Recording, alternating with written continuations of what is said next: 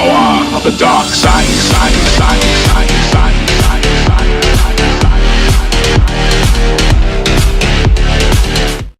Hey, how's it going, YouTube? This is your friendly neighborhood freak show, back with another episode of Game of Thrones review. It was another great episode this week. So let's just jump right into it. Alright, so basically, it starts out, everything that I've predicted so far in this whole season has actually come to fruition. So I feel righteous in the prophet. So yeah, Jon Snow, Sansa gets to Castle Black, meets Jon Snow. It was a heartwarming scene. It's weird that they haven't been together since the first episode of season 1. They have not seen each other since around that time. Jon Snow, of course, went to Castle Black to become a sworn brother, and Sansa went to the capital with her father, to try to become the queen. Of course, both paths ended horribly. Well, they haven't ended yet, but both paths led to some horrible situations for both parties. And now they're back together. Of course, it was my understanding, reading the books and, of course, in the TV series, that they didn't really actually get along very well.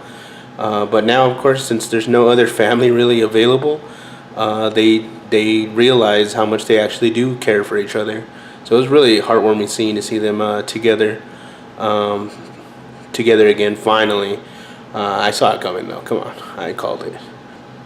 And it looks like I said, Jon Snow's going to get the wildlings together. And they're going to go take Castle Black. Of course, Jon Snow was hesitant at first to actually do this. Mainly because he's tired of fighting. He just really wants to relax and enjoy life now, especially now that he has a second chance at it. But he's been pulled in. Jon Snow's just too good of a guy. He can't let Rickon rot with Bolton, and he just can't let Sansa down. Even though he tried to let her down, but it just didn't happen. Sansa was too convincing. Who can say no to that pretty face? You know what I mean? So yeah, it looks like Jon Snow is going to get the wildlings up, probably gather some more families from the north to take back the Winterfell, and to hopefully rescue Rickon and kill Bolton. For God's sake, that son of a bitch needs to die. I keep saying this. I thought it was close on this episode. I thought he was going to get killed by that wildling girl who was protecting Rickon. But of course, he has the luck of Lucifer. He just can't die. He managed to kill her, which sucks. I thought we were going to see more of her, see maybe her escape with Rickon, but no. He did murder her, so she's gone. Oh, and it also looks like the Red Witch does believe Jon is her destined prince or whatever, which is, she really jumps ship quick on Stannis. I would too. I guess he's dead, so it's about time to jump ship. I don't know why she didn't try to bring him back. Anyway, let's not get into the loopholes. But yeah, so she does believe something with Jon Snow. Sir Davos kind of threw her under the bus, saying, well, didn't you also think Stannis was the prince? She didn't really talk back about that. But yeah, it looks like Jon Snow has a servant. I think Sir Davos is going to serve Jon Snow as well. I think he sees him as a noble leader. And I think Sir Davos just wants to be part of a noble cause, which taking back Winterfell would be that cause. So I think that's going to be his... he's going to be Jon Snow's follower as well as the Red Witch. So we got to catch up with Littlefinger. We haven't seen him since he handed Sansa over to Bolton, that son of a bitch. I'm pretty sure, I'm almost 100% positive that Littlefinger knew what was going to happen to Sansa. Come on. Who didn't know that he was going to do that to Sansa? Anyway, we catch up with him. He's basically the ruler of the Vale now. There is the ruler, which is that little kid, Sansa's little cousin, who seems quite grown now, but still seems sickly as he was as a boy. Littlefinger's a crafty son of a bitch. Son of a bitch. He's basically the ruler of the Vale now, pretty much controlling the little kid, which gives him control of the whole Vale. And he did send forces out to Castle Black to help Sansa. But let's see if that's really a help or a hindrance. I don't know if they're planning on just taking her away, or they're going to help with the ensuing battle with Bolton over Winterfell. Well, it's going to be interesting to see what happens there. My prediction is he's not really going to help. He actually just wants to take Sansa away, because as we know, he's in love with Sansa now that her mom's dead. Cause he's a sick son of a bitch. If you can't get the mom, you got to get the daughter. You know what I mean? We did catch up with Tyrion. He's still in his diplomat role. He's trying to get a truce with the slavers, who seem to be funding the Sons of the Harpy. And part of his truce was to allow them to keep doing the slave business for at least 7 years, but by then they have to end it. Which Grey Worm and Miss Sandra, I think her name is, Miss Sandra, basically they are totally against this idea. They hate the slavers. They don't trust them. But they seem to go along with Tyrion just because spending time with him. I mean, who doesn't like Tyrion? You just have to spend some time with him, and you're going to fall in love with him just like everybody else does. He's a master wordsmith, and he's just an all-around good guy, and he seems really knowledgeable. So I'm sure that's the reasons why they're still going along with him, even though they don't agree with some of his actions. So he did give the slavers an ultimatum. He did imply that they would be making a lot more money once they give up the slave trade, which, coming from a rich family, might be true. So let's see how that goes. I doubt the slavers are actually going to be trustworthy. I'm sure the slavers have something up their sleeve and are going to betray this unsteady truce. But we'll see. But I think Tyrion's doing well in his role. I predicted that as well. I knew he was going to do well. He's if you want to be ruler, he's a great person to have on your side.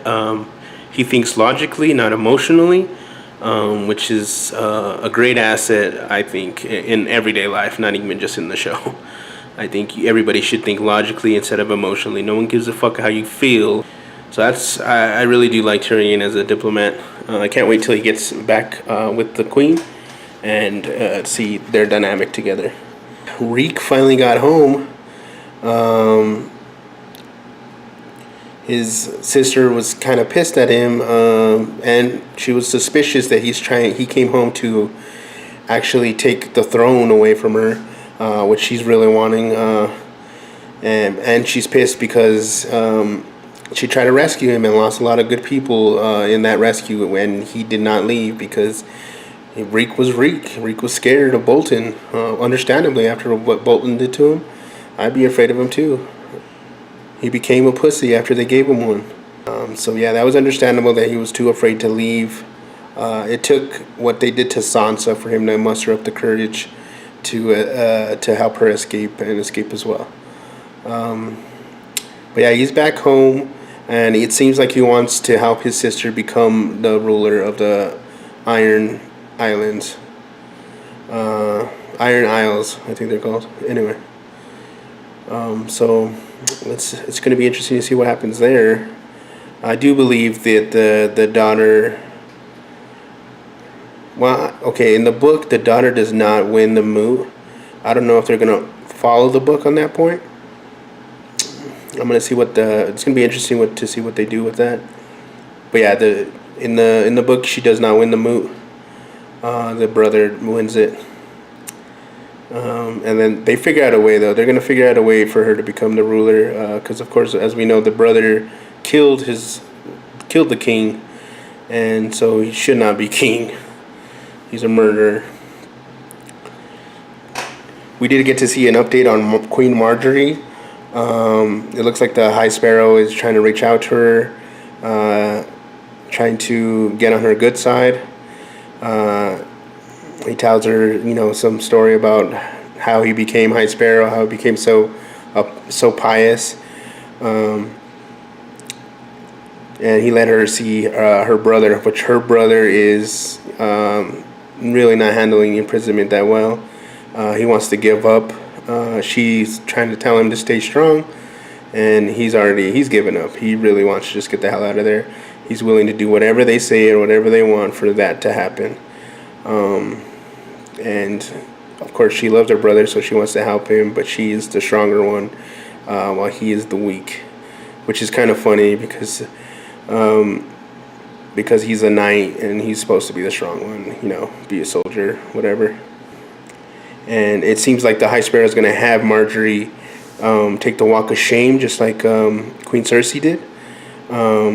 But they have a plan to break her out, which I think it's a double cross. I think Queen Cersei is going to actually kill Marjorie in this plan. Basically, they want to, when she's doing this walk, or when she's about to do this walk, they want to, swoop in, kill the High Sparrow, and get Queen Marjorie. This is at least what they tell the small council. But what I think Queen Cersei really wants to do is actually murder the High Sparrow and Queen Marjorie, so she can never return to Tommen. Again, Tommen's being manipulated by everyone. He is so naive. Anybody could just manipulate him. If I got a chance to just be in a room alone with him, I'd probably be king. I'd be able to convince him to make me king. He is so naive. He's going to die. I think in this plan to King Queen Marjorie, the sparrows are going to actually kill the king. So I think he's going to die when that plan comes to fruition. And I feel sorry for the kid. He's too nice, but he's dead. Everybody knows he's dead. We did get to see Khaleesi herself, huh? My bae. She my bae. Okay, Ser Jorah and that mercenary dude do find out where the Khaleesi's being held. They finally made it. The mercenary dude does find out that Ser Jorah has Westeros AIDS, which is that grayskin shit, or grayscale. I'm not sure what it's called, but I call it the Westeros AIDS. He does find that out. He doesn't say anything about it, but he does know how that ends. They find out where she's being held, and basically just want to sneak in and sneak her out, see if that's possible. The Khaleesi has a better plan, which this is the end of the show, which is amazing. Just shows how powerful and strong the Khaleesi is. Her plan was to be in the room with all the other Khal, which are the kings of each horde, be in the room with them while they're trying to judge her to see what they're going to do with her. And basically she murders everyone. So there's no Khal anymore. There's no kings for the horde. So in doing so, she burns down the hut where they're having the meeting. And of course, fire does not affect her because she has the blood of dragons. She comes out unscathed, naked, which is a plus because she's hot as shit. She's my bae. Keep your eyes off her. No impure thoughts, you sick bastards. But she comes out unscathed, and just like when she came out with the baby dragons out of that fire, she comes out of here and everybody is just like, whoa, she is hot and she's God. So they all start bowing. So now she has the horde by her side, which the horde is actually the main supplier to the slavers. So so it's going to be interesting to see how that plays out as well. I mean, that's going to end slavery when there's no supply of slaves anymore. So now she has the whole horde on her side. She's going to take them back to Marine. And I kind of like that the way she murdered all the Khals. She didn't. At first I thought the dragon was going to swoop in, but I think it shows that she's a lot stronger. That she did it herself. She didn't need anyone to help her. She's a straight murderer. She's a beast. She's strong as hell. And there's no stopping her when she gets her. There's no stopping her whatsoever. She doesn't need dragons. She doesn't need armies. But she's gonna do what she wants to do, and I think that's awesome. So I think that was a great touch that they didn't use the dragons, even though I was expecting it. The fact that they didn't do it, it was awesome. But that's pretty much it for this episode. If you have any predictions, if you think I'm wrong about anything, please leave a comment down below. If you like this video, you want to see some more of it, subscribe, like and subscribe. Again, this is your friendly neighborhood freak show. I'll see you next time. Same freak channel, same freak show. Deuces. The power of the dark side.